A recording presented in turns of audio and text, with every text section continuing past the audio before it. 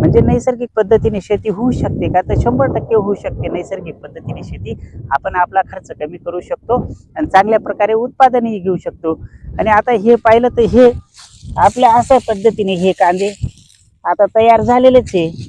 आता हे असं हे जिकडे मी पाहिलं तिकडं तुम्ही कुठं हा असा माल तयारच झालेला आहे.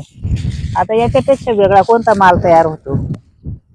आता हे असे माल आहे हा कोणता याच्यापेक्षा काय माल तयार होणार आहे वेगळा?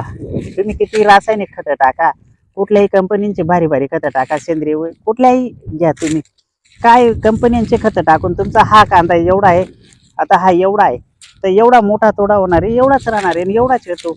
म्हणजे आपण बाहेर जो खर्च करतो तो खर्च आपला वाया आहे आणि तो खर्च केल्यामुळे आपल्या पिकांवर रोगराई जादा येते. आपण आपल्या पद्धतीने पिकांना काहीतरी बाहेरच्या कंपन्यांची औषधं टाकून आपल्या पद्धतीने पिकं वाढवतो आणि आपल्या पद्धतीने कांद्याची साईज बनवण्याचा प्रयत्न करतो. पिकांमध्ये आपण जे बदल करतो, आपण पिकांच्या वाढीवर हस्तक्षेप करून आपल्या पद्धतीने आपण उत्पादन काढण्याचा प्रयत्न करतो. त्याच्यामुळे रोगांचं प्रमाण वाढतं आणि मग रोग वाढले की आपल्याला परत औषधांवर खर्च करावा लागतो आणि मग आपला खर्च वाढतो.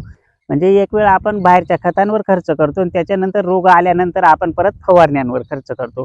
म्हणजे हा जो आपण त्या पिकातला जो बॅलन्स बिघडवतो, पिकाला स्वतःची प्रतिकार शक्ती तयार करायची आहे, त्याची ऊर्जा कुठं त्याला खर्च करायची आहे हे आपण त्याला ठरवू दिलं पाहिजे.